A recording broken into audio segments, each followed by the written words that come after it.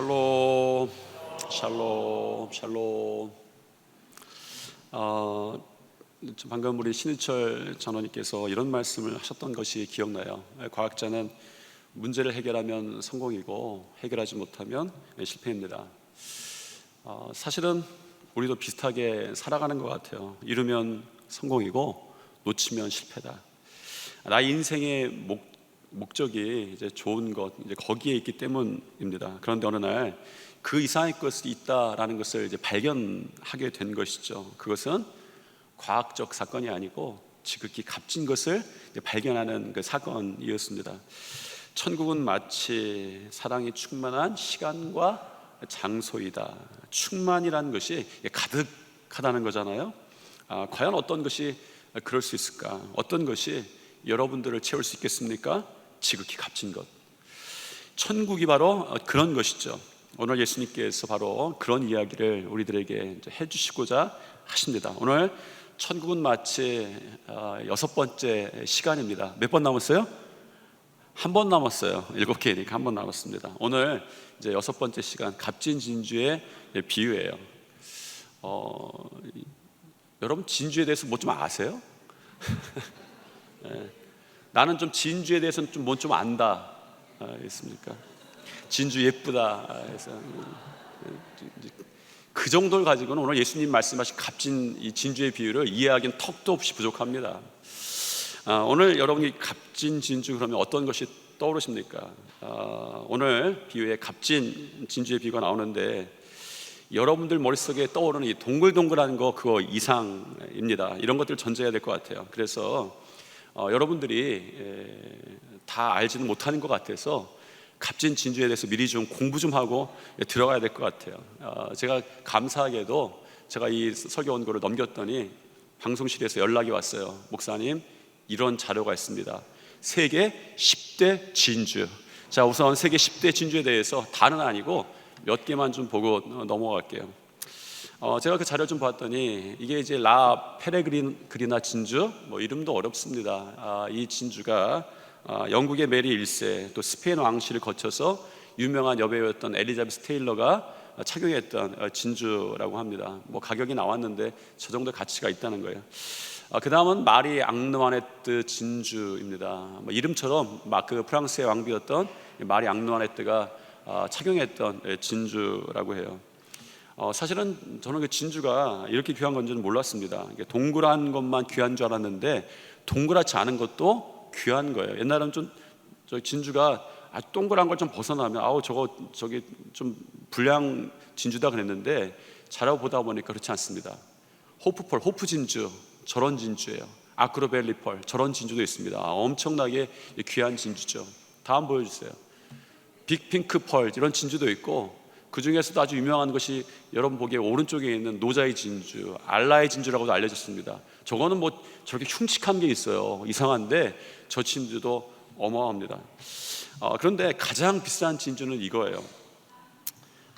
가격이 무려 1억 달러 정도 되는 진주입니다. 필리핀에서 발견됐어요. 2016년에 필리핀 어부가 발견을 했는데 이분도 이게 그렇게 귀한 건지 모르고 집안에다가 행운의 부적처럼 10년 동안 간직하고 있다가 발견된 겁니다. 이 진주가 이래요. 자, 나는 진주에 대해서 잘 알고 있었다. 없죠. 사실은 이 진주에 대한 이 값진 진주에 대한 말씀을 예수님께서 오늘 해주시는 거예요. 우리가 지난주에 감추인 보화의 비유를 보았어요. 감추인 보화의 비유와 이 값진 진주의 비유는 거의 비슷합니다. 보화와 값진 진주를 발견했고 모든 것을 팔아서 그것을 사는 거예요. 어쩌면 지난주에 이 두 비유를 함께 말씀을 전해도 될 내용이었다라는 생각이 처음 이 비유를 보면서 묵상하면서 생각이 들었었어요. 그런데 예수님께서는 이렇게 비유를 구분해서 말씀을 하셨습니다. 왜 그러셨을까?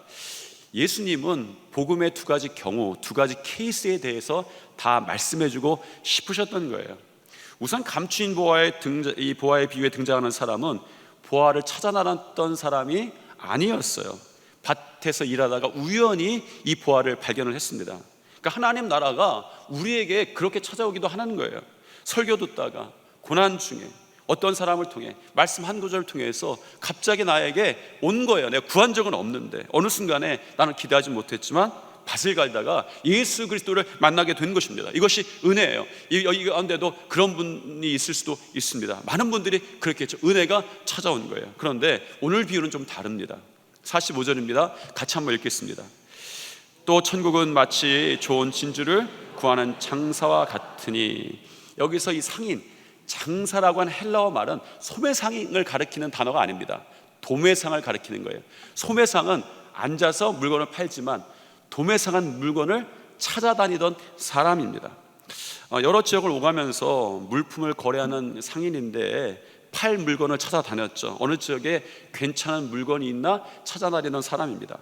오늘 비유에서 이 장사는 무언가를 찾고 있었는데 그것은 좋은 진주였어요. 지난주 사람은 보화를 발견하기 전까지 보화의 존재 자체를 몰랐습니다. 오늘 비유의 사람은 처음부터 찾고 있었다. 그래서 그는 기준을 가지고 진주를 살폈어요. 좋은 것과 좋지 않은 것을 구분을 했습니다. 질문을 가지고 사방으로 나눴어요. 좋은 것을 찾기 위해서였습니다. 이것이 오늘 본문을 감추인 보화의 비유와 다르게 읽게 만드는 중요한 핵심입니다. 여러분은 기억하셔야 이 사람이 좋은 진주를 찾아다녔다라는 것입니다. 가만히 생각해 보면 이 말씀을 묵상하면서 이런 생각이 들었습니다. 사람은 평생 찾아다니는 사람이다. 아이들은 놀이와 장난감을 찾아다니고, 청년은 꿈을 찾고, 직장인은 성공을 찾고, 부모는 자녀의 미래를 찾고, 노후에는 평안을 찾습니다. 오늘 예수님께서는 어쩌면 비유 가운데 우리들의 모습을, 찾아다니는 모습을 등장을 시키신 거예요. 그런데 오늘 이 본문에 등장하는 이 상인은 아무 진주나 찾아다니지 않습니다. 좋은 진주를 구하는 장사라는 것입니다. 그는 특별한 사람이 아니죠. 어쩌면 우리의 모습입니다. 인생이라는 이 시장에서 무언가 좋은 것을 찾았으면 좋겠어요. 그래서 찾아다닙니다. 여기서 눈여겨보아야 될 단어가 하나 있어요. 구하다라는 단어입니다. 좋은 진주를 구하는 장사인데, 이 구하다라는 헬라어에 지금 사용된 용법은 완료형입니다. 완료형이라고 하는 것은 지속적으로, 계속적으로 찾아다닌 거예요. 찾고 있는 거예요. 지금 이 장사, 상인은 이미 좋은 진주를 가지고 있을 수도 있습니다. 그런데 계속 찾아요. 왜요? 아직 만족하지 못했기 때문입니다. 자기가 좋다고 생각한 거에 만족하지 않은 거예요. 우리의 소망이지만 병이기도 합니다. 하나를 얻으면 또 하나를 얻고 싶은 거예요. 원하는 직장에 들어가면 더 좋은 직장에 대한 생각도 납니다. 집을 사면 더 좋은 집에 대한 생각이 나는 거예요.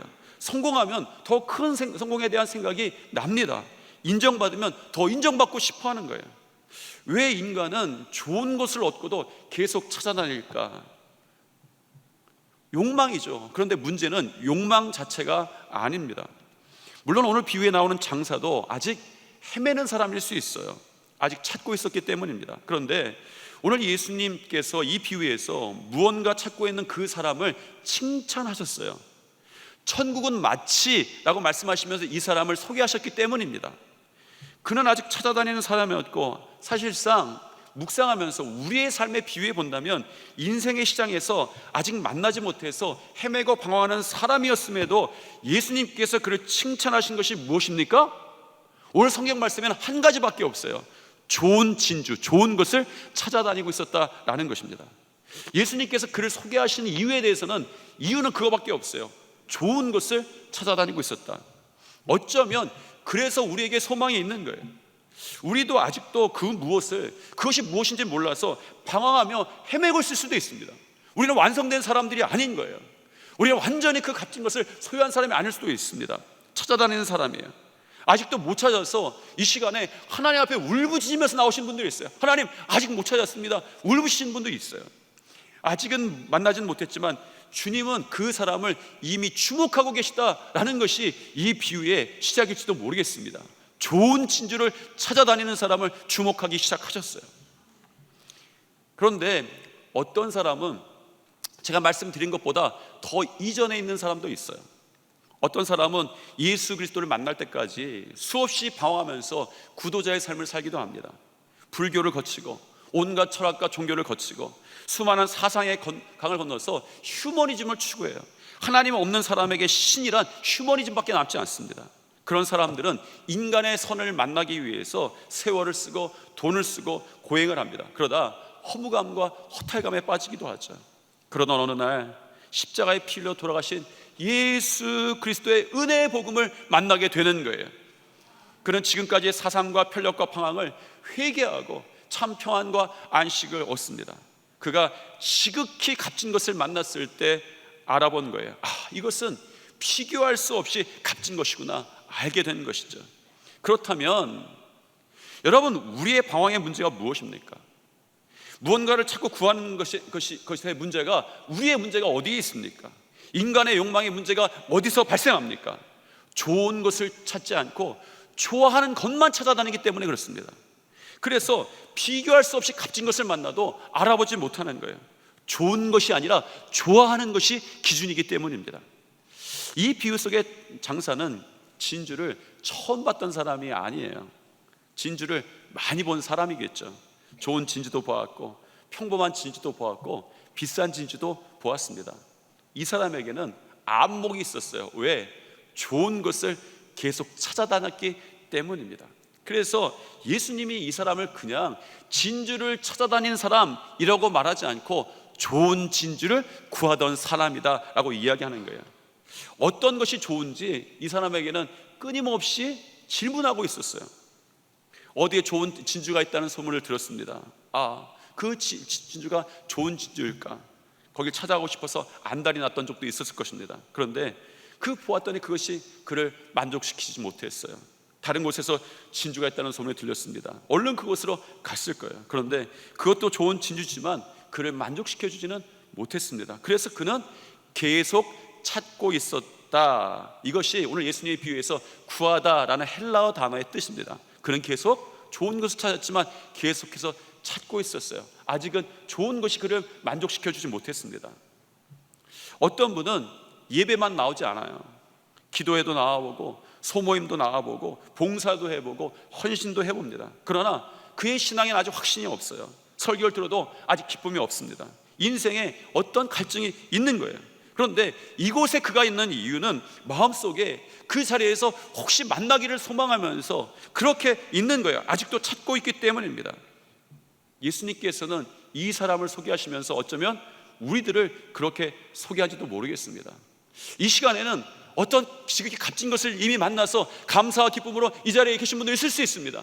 그런데 아직 마음속에 갈급해서, 인생에 갈급해서, 여러 가지 문제에 갈급해서, 가정에 갈급해서 아직도 좋은 것을 찾기 위해서 이 자리에는 이 좋은 것이 있을까 하고 예배 드리시는 분이 있을 수도 있습니다. 기도하시는 분이 있을 수도 있습니다.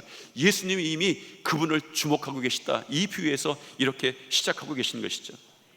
신앙은 은혜를 받아들이는 것이지만, 그렇죠, 그것이 은혜가 우리에게 찾아온 거예요. 그런데 구하고 찾고 두드리는 적극적인 신앙의 속성도 있다라고 말씀해 주셨죠. 그런 자들에게 하나님 이렇게 말씀하시는 거예요. 예레미야 선지자를 통해서 너희가 온 마음으로 나를 구하면 나를 찾을 것이요 나를 만나리라 라는 것입니다. 너희가 온 마음으로 나를 구하면 나를 찾을 것이요 나를 만나리라. 이 비유를 통해서 주시는 주님의 메시지가 있습니다. 찾는 자는 본다, 찾는 자는 만난다, 찾는 자에게 드러낸다라는 것입니다. 이 비유는 찾지 않는 사람들에게는 아무 의미가 없는 비유예요. 이런 글귀를 읽어드리고 싶습니다.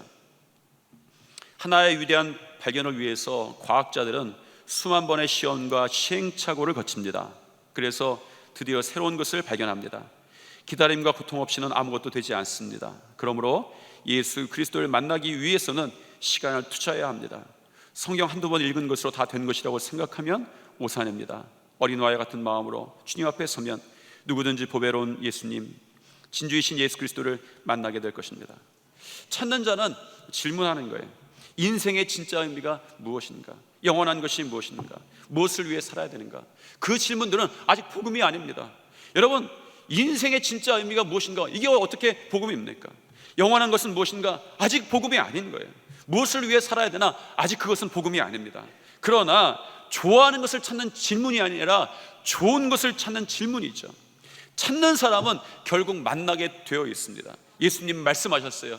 구하라, 찾으라, 두드리라 라는 것입니다. 다시 진주로 한번 돌아가 볼게요. 예수님께서 오늘 비유에서 진주라는 소재를 사용하시는 것은 절대 우연이 아닙니다. 오늘날 우리에게 최고로 상징하는 가치들이 최고의 가치를 상징하는 무슨 어떤 것들이 있습니다. 어떤 것들이 있어요? 다이아몬드 있으시죠? 절대 얘기 안 하세요. 내가 금 이런 것들이에요. 여러분, 그런데 제가 생각에 진주는 이런 거에 속하지 않습니다.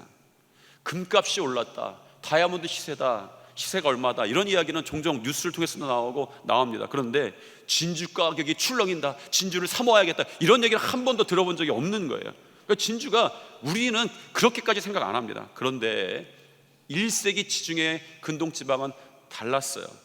여러분, 그 1세기 근동지방의 이 진주는 엄청난 사치품일 뿐만 아니라 특히 로마가 지배하는 사회에서 이 진주는 부와 신분을 과시할 뿐만 아니라 사회적 위치, 자신의 위치를 세상에 드러나는 물건이었어요.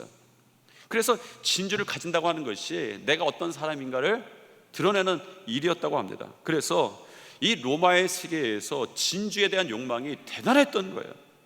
진주는 그 시대에 자기 증명이었던 것입니다. 박물지라는 책이 있어요.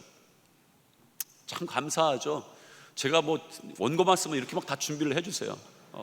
깜짝 놀랐습니다. 일부 예배 드리다가. 이 박물지라는 책인데, 로마의 학자였던 이 플리니우스라고 하는 학자가 AD 70, 그러니까 그러니까 77년경에 이제 쓴 책이에요.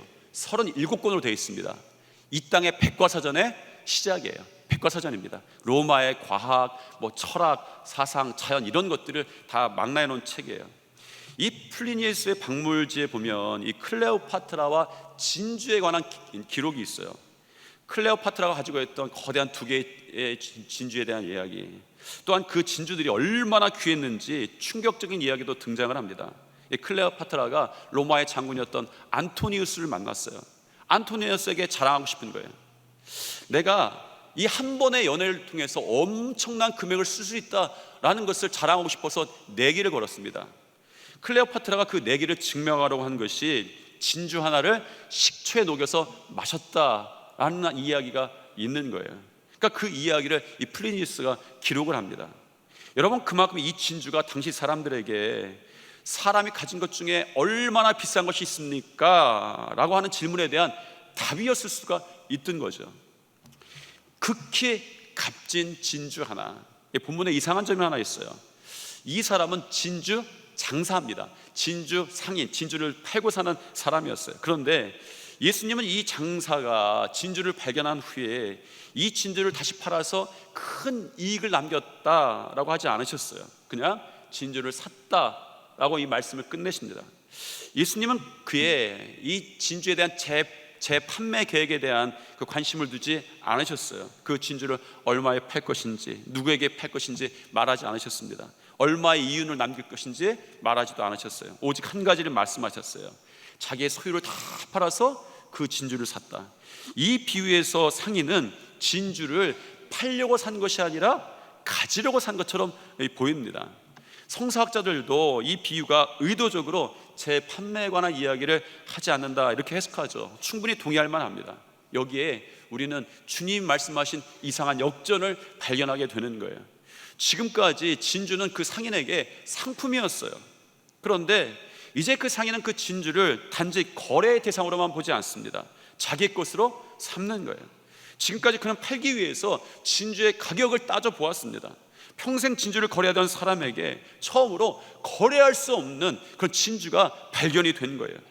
자기의 모든 소유를 팔아서 갖고 싶은 진주가 생긴 거예요. 지극히 극히 귀한 것을 소유하기로 작정한 사람이 되었습니다. 여러분, 어쩌면 복음이 그래요? 아니요, 복음이 그렇습니다. 복음은 내가 예수님을 이용하고 끝나는 것이 아니라 예수님을 가장 귀한 분으로 모시는 거예요. 예수님을 통해서 성공하려는 신앙도 있습니다. 예수님을 통해서 문제를 해결하는 이런 신앙도 있습니다. 예수님을 통해서 복을 얻으려는 신앙도 있습니다. 그런데 이 비유는 예수 그리스도 자체가 보상인 신앙에 대해서 이야기를 하는 거예요. 여러분의 믿음에 여러분에게 지극히 값진 것이 무엇입니까? 예수님을 통해 얻는 무엇입니까? 아니면 예수님 자신이십니까? 여러분, 오늘 비유는 말합니다.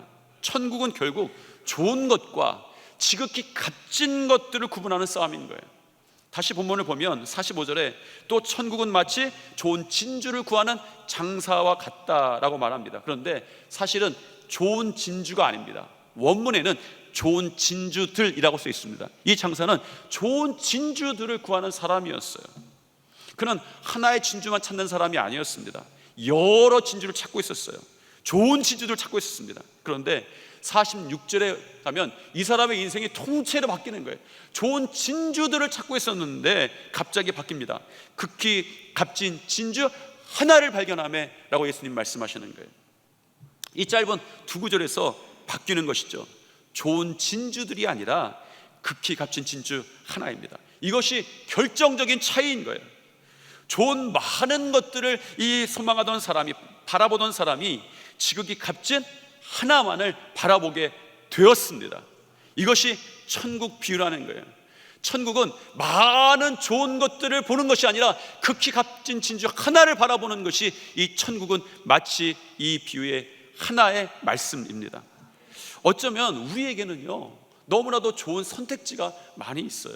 좋은 직업, 좋은 학교, 좋은 집, 좋은 관계, 좋은 취미, 좋은 종교, 좋은 철학, 좋은 삶의 방식, 이런 것들이 좋은 진주일 수 있습니다. 그건 나쁜 진주가 아니에요. 좋은 진주입니다. 그렇게 사람은 자기가 가진 좋은 진주로 자신을 설명하고 싶어 하죠. 나는 어느 회사에 다닌다, 나는 이런 집에 산다, 내 자녀는 이런 학교에 다닌다, 나는 이런 직책을 가지고 있어요, 나는 이런 사람들에게 인정받고 있는 사람입니다. 여러분은 지금 어떤 진주로 여러분을 설명하려고 하고 계십니까? 그런데 무엇이 문제입니까? 어쩌면 좋은 진주를 갖고 있는 것은 문제가 아닙니다. 문제는 그것을 지극히 값진 진주로 만들어버리는 것이 우리의 문제인 거예요. 거기가 목표인 것, 끝인 것이, 결론인 것이 문제인 것입니다. 상인은 수많은 진주들을 보았어요. 그러나 이 진주를 보는 순간에 알았습니다. 이것은 다르다라는 것이었어요. 이 장면을 여러분 한번 상상해 보십시오. 평생 진주를 팔고 살던 사람이 모든 소유를 팔고 거기에 모든 것을 투자할 정도로 이 정도의 진주를 만난 거예요. 이것은 그의 직업 이상의 사건이었습니다. 인생이 바뀌는 순간인 거예요. 예수 그리스도는 지극히 좋은 것 중에 하나가 아닙니다. 예수 그리스도 자신이 지극히 값진 것이에요. 여러분이 소유한 것 중에 가장 값진 것이 있다면 여러분 이 대답은 백문일답인 거예요. 가장 좋은 것이 무엇입니까? 가장 귀한 것이 무엇입니까? 여러분이 가장 자랑하고 싶은 것이 무엇입니까? 그것이 무엇입니까? 예수 그리스도신 거예요.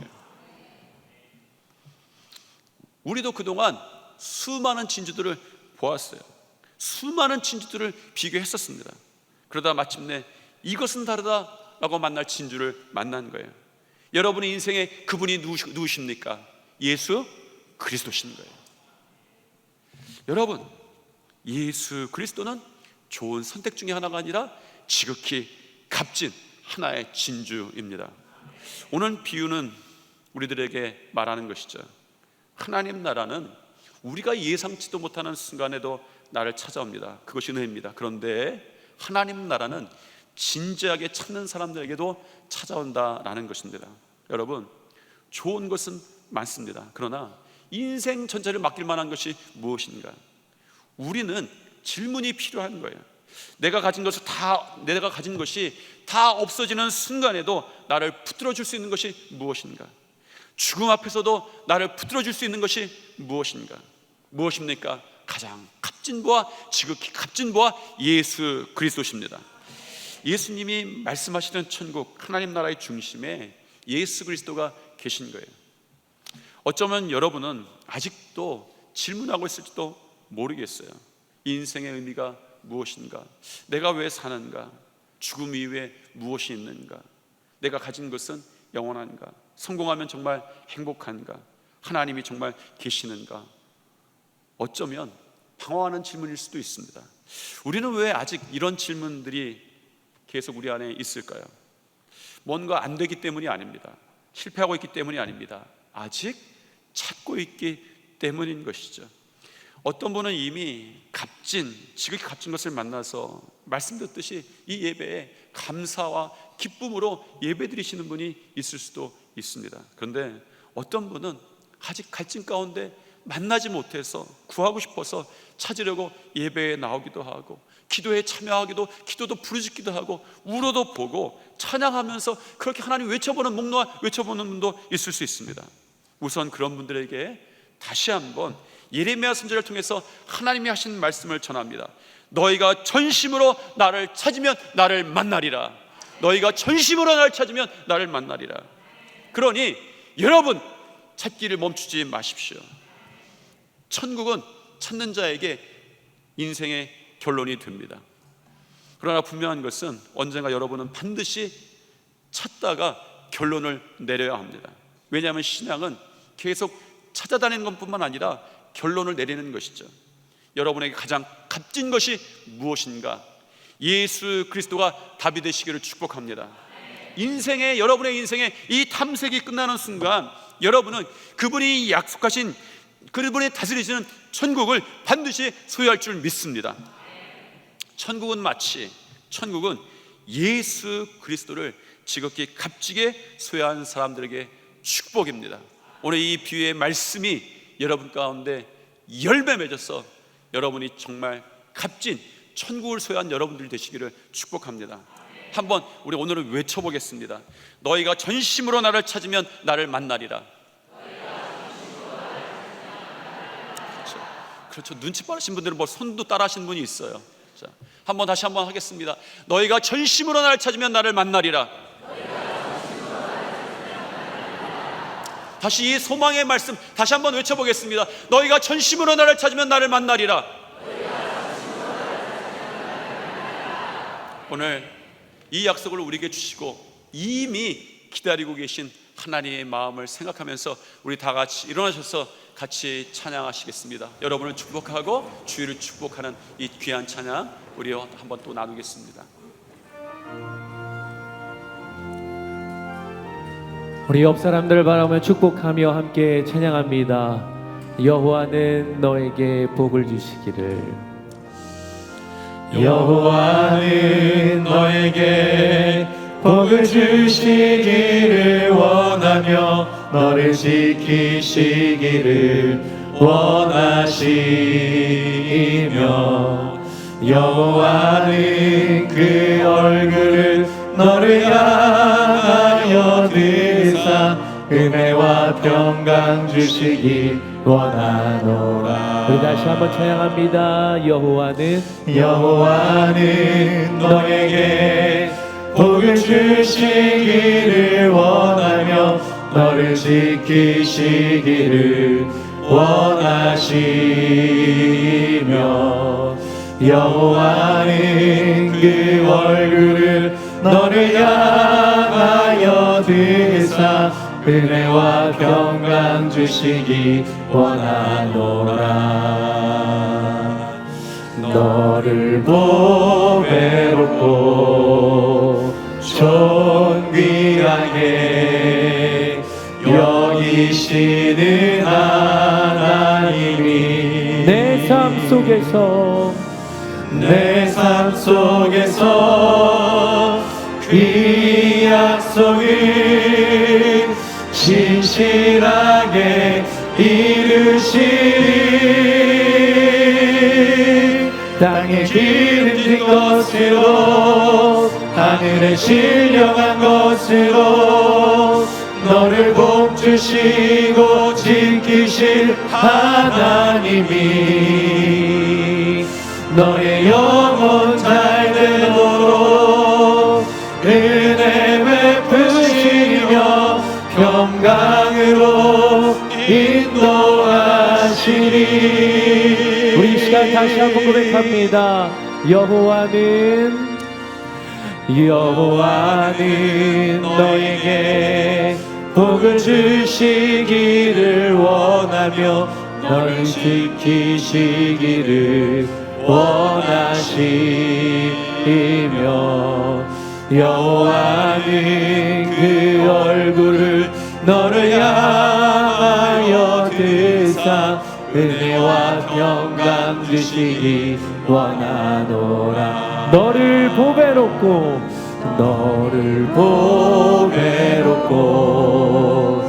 존귀하게 여기시는 하나님이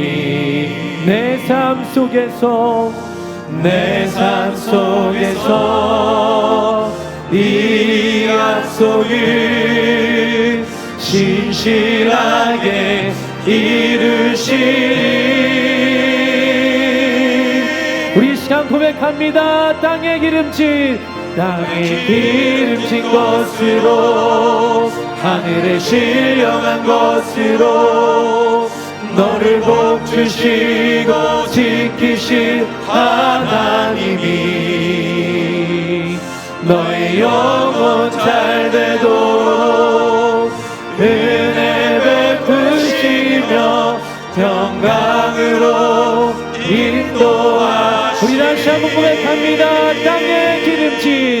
땅에 기름진 것으로 하늘에 신령한 것으로 너를 복주시고 지키실 하나님이